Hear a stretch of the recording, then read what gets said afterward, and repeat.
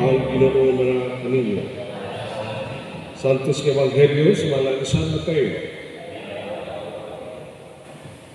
Si Jesus migon sa iyong magturunan, pagbantay ko na kay sa mini nga mga propeta. Muha na sila kaninyo, nga daw mga karnero. Papansama sila sa mga bangis na mga lubo. Mailan ninyo sila sa ilang mga ginuhatan. Kay ang sampinit, dili mamungag ubas. Di ang kadyapa, mamungag igos. Ang kahoy na walay sakit, mamungag maayong luha.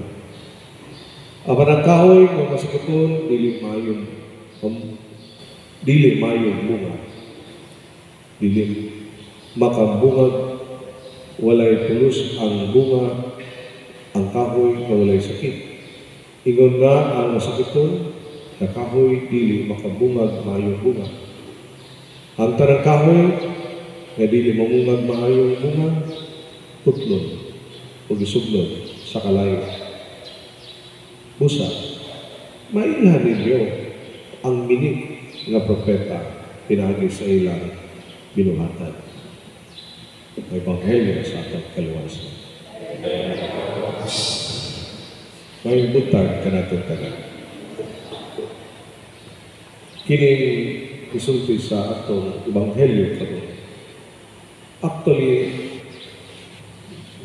nangitabo na kini na tungod sa defined being pastors or priests become or making easy money. They would like to do the same. Pila naman ka, wa ko manaway sa bang live religion na ngayon mo na yung pastor. Pero kung sa background, mo na yung isip kayo. Gusto kay easy money man lagi. Kay dali na lang nakapangayon kung you speak the word of God. Define the ministry of the word of God, profession, rather than a ministry of love and service. Muna nga, magbantay kita rin. Not everyone who speaks the word of God is true, authorized, credible, and anointed by God.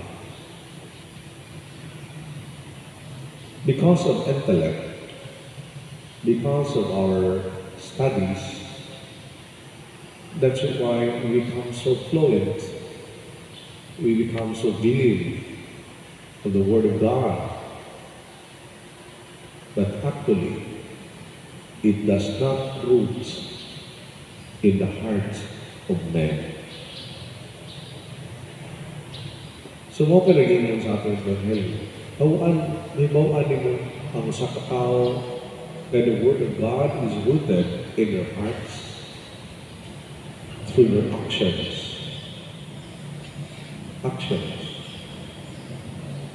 Mapili mo na.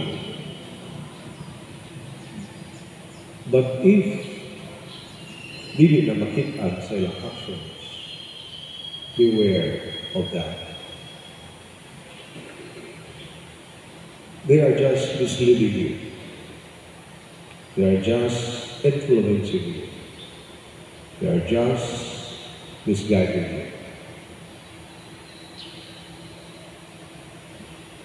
So, my dear faithful of God, let us be strict to our faith.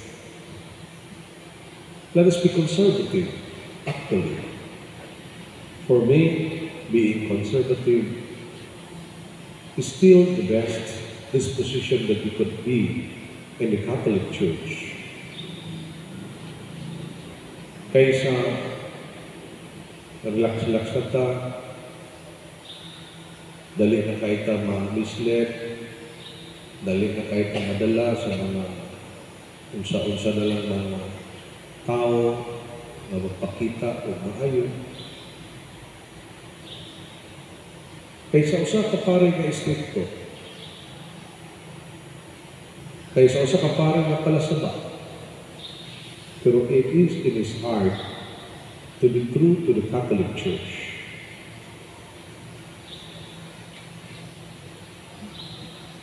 So, my dear faithful God, this is an awareness for all of us. The Gospel tells us the reality and the truth of what is happening now. Be careful. Be careful. Not all speak the word of God,